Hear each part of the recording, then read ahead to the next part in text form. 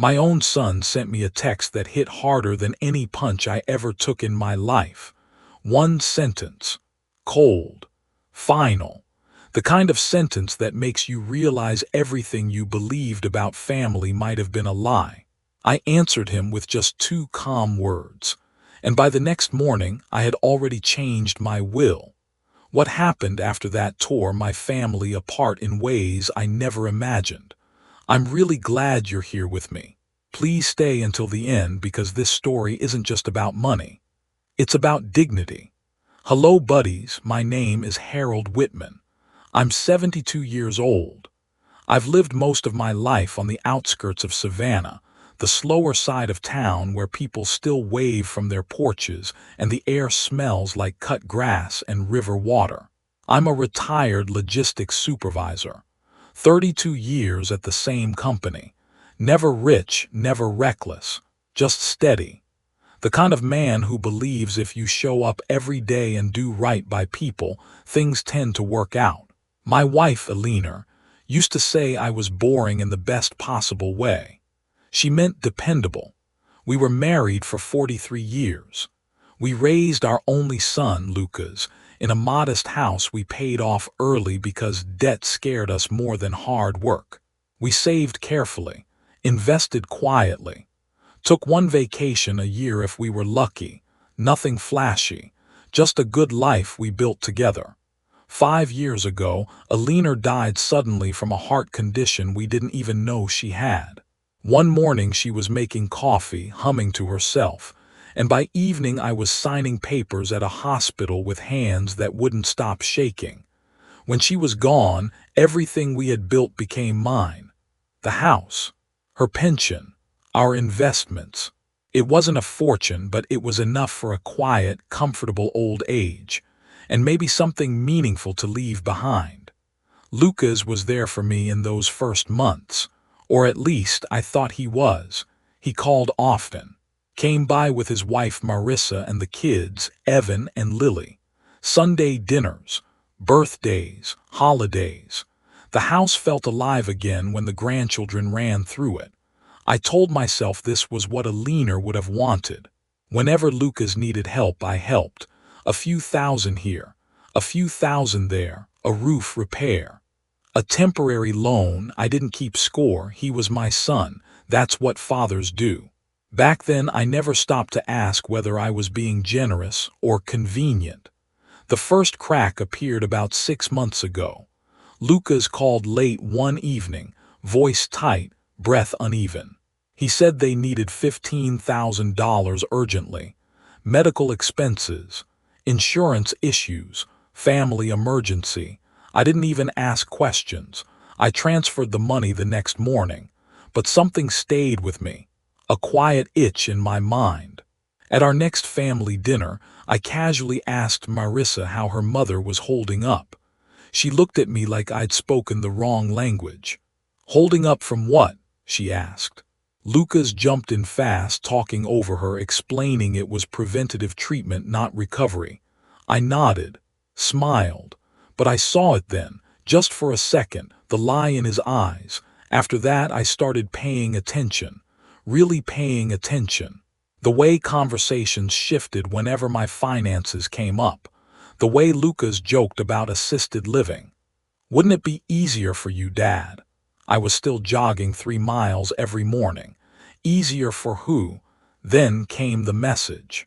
I was sitting alone at the kitchen table one morning, sunlight coming through the windows Eleanor picked out years ago.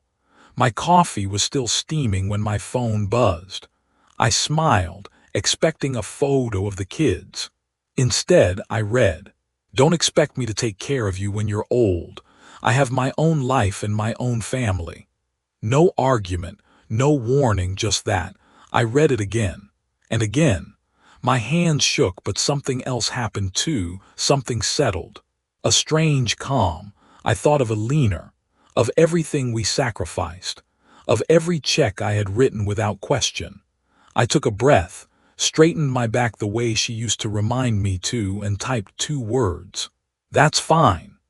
If this story already feels uncomfortably familiar, stay with me. And if you believe family should never come with conditions, make sure you're subscribed, because what came next changed everything I thought I knew about loyalty, legacy, and love. I set the phone face down on the table and walked away from it like it might explode. My coffee had gone cold, but I didn't notice. I stood by the kitchen window for a long time, looking out at the backyard Eleanor loved so much. The rose bushes were still blooming. She used to say roses were stubborn things. You could cut them back hard and they'd still find a way to grow. For nearly an hour I didn't move. My mind kept circling that sentence. Don't expect me to take care of you when you're old. Not when the time comes. Just don't. People think moments like that arrive with shouting or tears. They don't. They arrive quietly, like a door closing somewhere deep inside you. I wasn't angry yet. That came later. At first, I was confused. 3 days earlier, Lucas had sat at my table eating pot roast, laughing with the kids, asking if I'd be around for Evan's school play next month. Nothing had seemed wrong. So what changed? Or had nothing changed at all and I was simply late to see it? I thought about replying with something longer, something fatherly, something soft. I thought about asking what had hurt him so badly that he felt the need to draw that line. But then I realized something painful. If a man can type words like that to his own father, he's already made his decision long before his fingers hit the screen. That afternoon, I did something I hadn't done in a very long time. I called my lawyer. Frank Delaney had helped Eleanor and me years ago when we updated our documents. Calm man, careful man, the kind who listened more than he spoke. When he answered, I could hear traffic in the background. "Frank," I said, steady as I could manage, "I need to revise my will." There was a pause. "Is everything all right, Harold?" For the first time in months, I answered honestly. "Everything is very clear." We set an appointment for later that week. When I hung up, I didn't feel panic. I felt relief. Like I had finally admitted something to myself I'd been avoiding. The next 2 days, I didn't rush. I didn't cry. I didn't confront Lucas. I observed. I went through my old files, bank statements, notes I'd scribbled on envelopes years ago, dates, amounts, reasons I'd written down to remind myself why I was helping. That's when the pattern emerged. 15,000 for medical expenses. 5,000 2 years earlier for a temporary emergency. 3,000 for a car repair that somehow turned into a family vacation. 7,000 here. 6,000 there. I added it all up slowly, carefully. $47,000 in 4 years. I sat back in my chair, staring at the total. That money could have funded scholarships, charities Eleanor cared about, my own security. Instead, it had vanished into explanations that never quite lined up. For the first time, I asked myself a question I should have asked much earlier. Was I being a father, or was I being used? At our next family dinner, I tested something small. I mentioned investments casually, nothing specific, just a comment about markets being unpredictable. Marissa's smile tightened. Lucas changed the subject immediately, asking if I'd thought about simplifying things as I got older. Simplifying. That word stuck with me. I was 72, not confused. I handled my own bills, my own house, my own life. Yet suddenly, there was this quiet push to make decisions for me. Decisions that oddly centered around my money and my future absence. Then my phone rang. Lucas. I let it ring longer than usual before answering. "Hey, Dad," he said, voice forced casual. "We need to talk." "About what, son?" I asked. There was hesitation. Then I saw a charge on the account. Sterling and Delaney. Of course.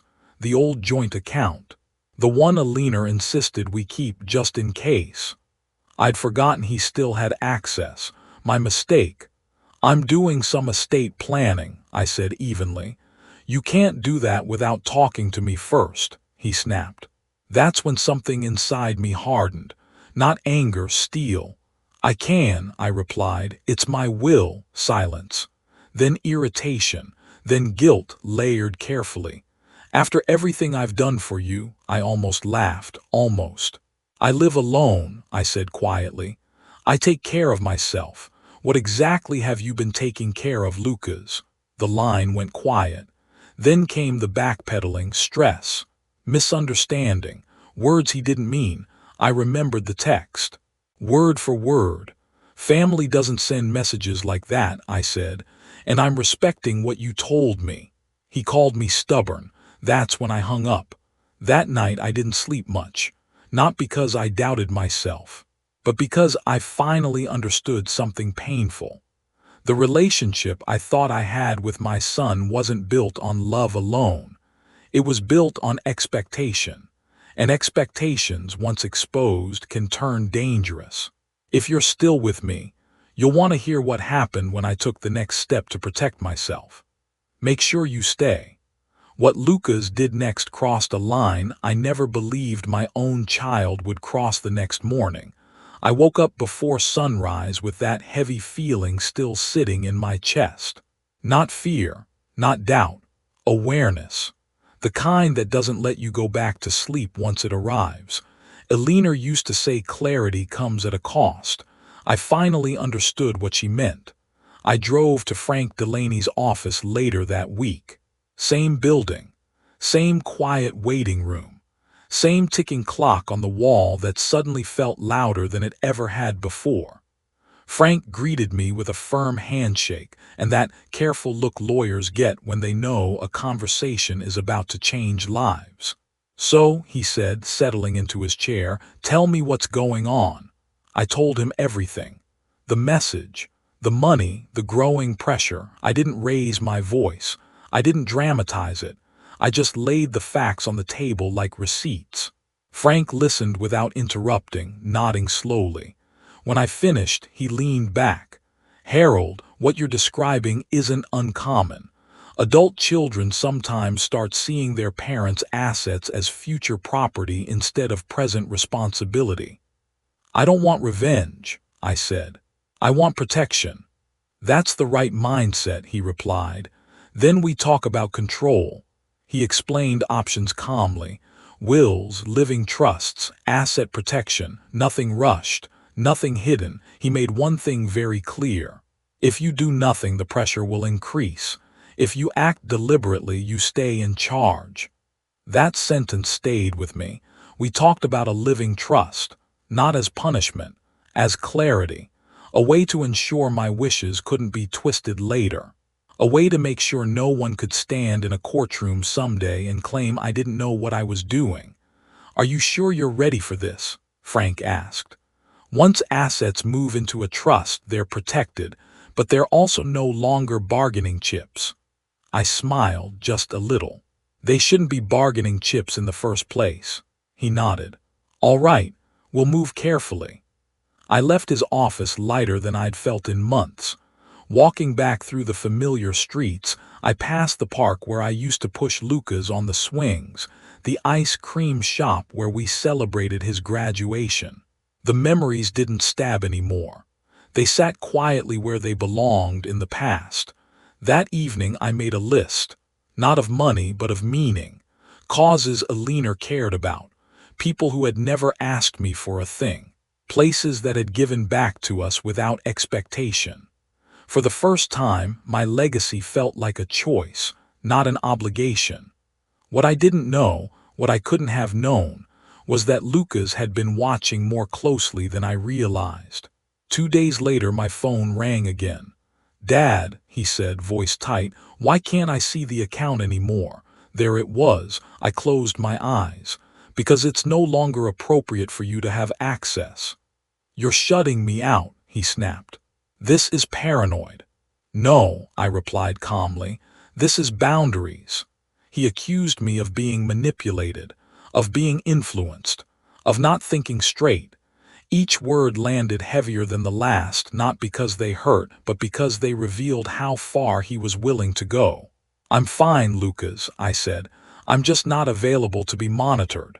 You're making a huge mistake, he warned. Maybe, I said, but it's my mistake to make. When I hung up, my hands were steady, my heart was steady. The fear I'd expected never came. Instead, something else settled in. Resolve. That night I sat at my desk and organized every document, every transfer, every message, dates, times, amounts. I wasn't preparing for a fight. I was preparing for the truth. If you've ever had to protect yourself from someone who claims to love you, stay with me. Because what Lucas did next wasn't about money anymore. It was about control. And that's where things turned truly dangerous. I didn't hear from Lucas for 2 days after that call. No texts, no half-hearted apologies, just silence. At first, I thought maybe he was finally cooling off, maybe thinking things through. I was wrong. On the third morning, my phone started ringing before 8. I didn't even need to look at the screen to know it was him. I let it ring. Then it rang again. And again. By the fourth call, I answered. "What is it, Lucas?" I asked, keeping my voice low and steady. His tone had changed. Gone was the forced calm. Gone was the pretending. What I heard instead was anger wrapped in panic. "I talked to the bank," he said. "They told me you moved things around, a lot of things." "I reorganized my finances," I replied. "I told you that." "You didn't just reorganize," he snapped. "You locked me out. You can't do that." That word again, can't. I took a breath. I already did. There was a pause, then his voice rose. "You're not thinking clearly, Dad. This isn't like you. Someone's filling your head with nonsense. Is it that lawyer? Is he telling you what to do?" The accusation landed harder than I expected. Not because it was clever, but because it was cruel. He wasn't questioning my decision. He was questioning my sanity. "No one is telling me what to do," I said. "I'm making choices for myself." "You're acting paranoid," he shot back. "You're pushing your own family away." I felt something cold spread through my chest. "Family doesn't monitor bank accounts without permission," I said. "Family doesn't pressure their father after telling him not to expect care." He exploded then. Words poured out fast. Ungrateful, stubborn, selfish. He said I was punishing him, that I was overreacting, that everything he'd said before was taken out of context. "You didn't mean it?" I asked quietly, because it sounded very clear. "I was stressed," he said. "Work, bills, life. You wouldn't understand." That was the moment it truly shifted. Not the money, not the trust. That sentence. "You wouldn't understand." I ended the call before it could go any further. I didn't slam the phone down. I didn't yell. I just ended it. And for the first time, my hands didn't shake at all. That afternoon, I was pruning the roses in the garden when I heard a car screech into the driveway. A door slammed. Heavy footsteps followed. I barely had time to stand before Lucas burst through the gate, his face red, his eyes wild. "What the hell did you do?" he shouted. I set the shears down carefully. Slowly. "Lower your voice," I said. "The neighbors can hear you." "I don't care about the neighbors," he barked, stepping closer. "You moved everything, everything. That money was supposed to be mine." There it was, finally said out loud. I looked at him, really looked at him, and felt something break cleanly inside me. "That money was never supposed to be yours," I replied. "It was built by your mother and me, for our life." He laughed, sharp and bitter. "Don't play dumb. We've been counting on it for years, counting on my death." He didn't say it, but I heard it anyway. "You can't do this," he continued. "I'll contest it. I'll prove you're not in your right mind." I stood up straight then, meeting his eyes. "Try," I said calmly. "I have doctors, I have records, I have witnesses. What do you have, Lucas?" For a moment he looked unsure. Then rage took over again. "This isn't over," he hissed. "No," I agreed. "It isn't." When he finally stormed out, my legs felt weak, but my mind was crystal clear. This was no longer a family disagreement. This was a power struggle, and I had just learned something terrifying. My own son wasn't afraid of losing me. He was afraid of losing control. If you think this was the worst of it, stay with me. Because what Lucas did next moved this out of my house and straight into a courtroom. The letter arrived on a Monday morning, slipped neatly through the mail slot like it belonged there. Thick paper, formal envelope. A law firm I didn't recognize printed across the top. I knew what it was before I opened it. Lucas hadn't calmed down. He had escalated. I sat at the kitchen table, the same one where Alina and I had shared decades of meals, and read every word slowly. His lawyer claimed they were concerned about my recent behavior.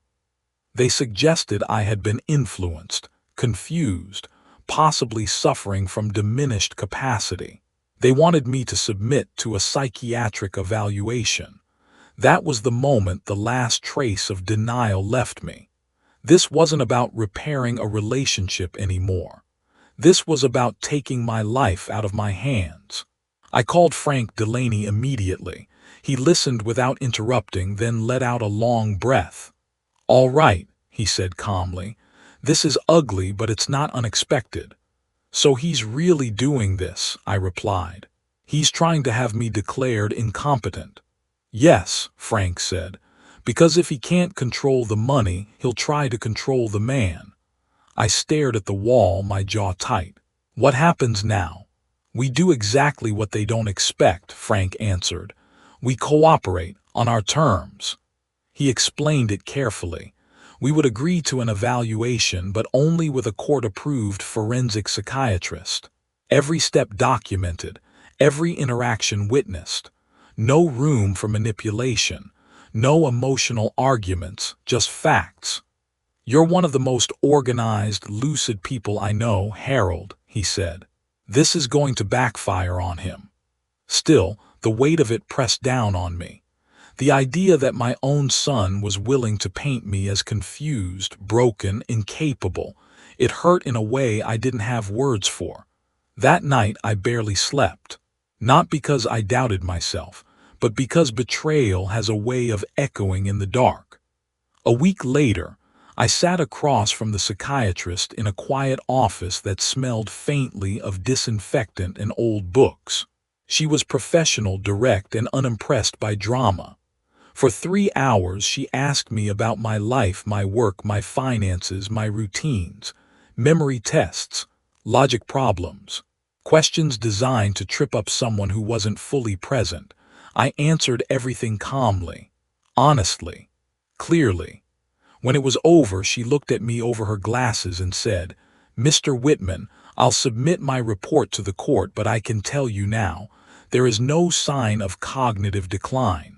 Your decisions are rational, consistent, and well-reasoned." Relief washed over me, but it was quiet, almost solemn. A few weeks later, we were in court. Lucas sat across the room with his wife, eyes hard, jaw set. He didn't look at me. His lawyer spoke about grief, vulnerability, isolation, painted me as a lonely old man being led astray.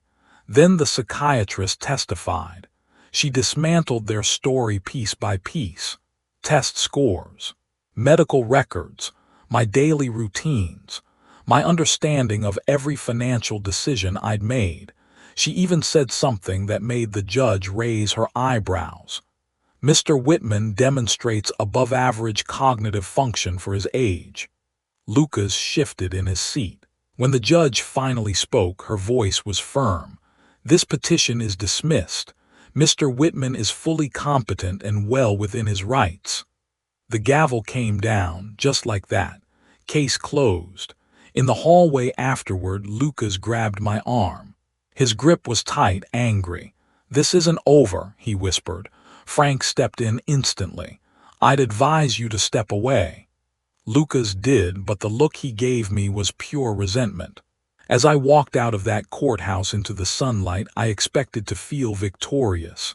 Instead, I felt hollow. You don't celebrate proving your sanity against your own child, but something else had changed. The doubt was gone. If you're still here, it means you understand how deep this kind of betrayal cuts. Stay with me. Because even after the court sided with me, Lucas had one more weapon left to use, and it was the cruelest one of all. I thought the court decision would slow him down. Maybe even stop him. I was wrong. 3 weeks passed in uneasy silence. No calls, no letters, no sudden appearances. That kind of quiet isn't peaceful, it's suspicious. I tried to settle back into routine, morning walks, tending the garden, reading in the evenings. But every time a car slowed near my house, my chest tightened. Then, on a Sunday morning, it happened. I was halfway through breakfast when I heard voices outside, children's voices, high and excited. My heart dropped before my mind caught up. I stood and walked to the door just as it opened. There they were, Lucas, his wife Marissa, and between them, holding hands and smiling wide, Evan and Lily. "Grandpa!" Evan shouted, running straight into my legs. For a split second, nothing else mattered. I hugged him, hugged Lily too. Their hair still smelled like shampoo and sunshine. "That's how they got me, they knew it would." "We thought we'd surprise you," Marissa said brightly, too brightly. "The kids missed you." Lucas smiled, but his eyes didn't. "We're family," he said. "We shouldn't need appointments." Every instinct in me said this wasn't right. But how do you tell your grandchildren to turn around and leave? I let them in. The kids settled on the floor with coloring books Marissa just happened to bring. Lucas walked around my living room, commenting on the house, the neighborhood, how much property values had gone up. Every word felt measured, calculated. After 20 minutes of small talk, Marissa straightened in her chair. "We want to fix this," she said. "All of it, the fighting, the tension, the misunderstanding." Lucas nodded. "I shouldn't have sent that message. I was stressed. I didn't mean it." I waited. "What exactly didn't you mean?" I asked. The room went quiet. "That you shouldn't expect care," I continued calmly. "Or that you felt comfortable saying it." Lucas clenched his jaw. "You're twisting things." "No," I said. "I'm finally hearing them clearly." That's when Marissa's voice changed. The warmth dropped away like a mask hitting the floor. "You're being selfish," she said flatly. "You have more than you'll ever need, and you're sitting on it while your family struggles." "Struggles?" I asked. "With private school, luxury cars, and vacations." Lucas stood up. "Enough, we didn't come here to be judged." "No," I replied, rising slowly. "You came here to pressure me." Marissa crossed her arms. "This doesn't have to be ugly. Call your lawyer, undo the trust, put things back the way they were." "And if I don't?" I asked. Lucas didn't hesitate. "Then you won't see the kids anymore." The words hit me harder than anything else had, harder than the text, harder than the courtroom. My legs felt weak. Marissa said it calmly, like she was stating the weather. "We'll tell them you didn't want to see them, that you chose money over family." I looked past them, through the window, at Evan and Lily chasing each other in the yard. That was the moment. The moment I knew this wasn't about love, or family, or forgiveness. It was extortion. "Get out," I said quietly. Lucas stared at me. "Pop, get out of my house," I repeated louder now. "And if you ever use those children as weapons again, I will put everything in writing, every threat, every lie." They left in a storm of anger and tears, dragging the kids with them. Evan looked back once, confused, hurt. I stood there long after the door slammed, shaking from head to toe. I had just lost my grandchildren, or so I thought. That night I was sick with grief, but underneath it something burned stronger than fear. Resolve. If you've ever been pushed to choose between your dignity and your heart, stay with me. What I did next didn't just protect me. It changed the outcome in a way Lucas never saw coming. That night, I didn't sleep. I lay in bed staring at the ceiling, replaying Evan's confused face, Lily's small hand slipping out of mine. The silence in the house felt heavier than grief. But somewhere between midnight and morning, something settled inside me. A truth I could no longer run from. If I gave in now, it wouldn't stop. Today it would be money. Tomorrow it would be control over my life. And one day it would be my dignity completely erased. Loving someone does not mean surrendering yourself to them. The next morning I called Frank Delaney and told him everything. The threats, the children, every word. He didn't interrupt once. "Harold," he said finally, "what they did crosses a serious line. Document it all, dates, exact phrases. We're going to protect you properly now." And that's exactly what we did. Letters, records, statements, everything locked down. My trust was reinforced. My medical evaluations were updated, copies stored securely. For the first time, I wasn't reacting anymore. I was prepared. Weeks passed, then months. Lucas tried again at first. Soft apologies, emotional messages, gifts sent without warning, flowers on the porch. Each attempt carefully crafted to pull me back. But something was different now. I wasn't confused anymore. I could see manipulation for what it was. Then the calls stopped. Life didn't magically become perfect. I still missed my grandchildren every single day. That pain didn't disappear, but I didn't let it define me. I reconnected with old friends. I joined a small reading group at the local library. I volunteered at a children's hospital, reading stories to kids whose parents looked just as tired as I once felt. Slowly, my house filled with laughter again. Not the same laughter, but real laughter. I redirected my legacy toward things that mattered. A scholarship in Aliner's name. Support for causes we cared about. Help given quietly, without expectation. 6 months later, I learned through others that Lucas and Marissa were struggling financially. The lifestyle they built on expectations finally collapsed under its own weight. I didn't celebrate. I didn't gloat. I felt sadness, not for the money, but for the years lost chasing it. Then, one cold afternoon, a letter arrived. It wasn't from Lucas. It was from a family services office. Because of circumstances beyond my control, I was granted supervised visits with Evan and Lily. I cried for the first time since all of this began. The first visit was awkward, careful, but when Lily hugged me and whispered, "I missed you, Grandpa," I knew I had made the right choice. Not just for me, but for them. Because one day, they'll understand that love without respect isn't love at all. Now, when I wake up each morning and take my walk through Savannah's quiet streets, I feel lighter. Not because I won, but because I chose myself. Here's what I learned, and I hope you take this with you. Setting boundaries isn't cruelty. Protecting yourself isn't betrayal. And family is defined by respect, not entitlement. If this story resonated with you, let me know by liking the video. If you value real, honest life stories like this, make sure you're subscribed so you don't miss the next one.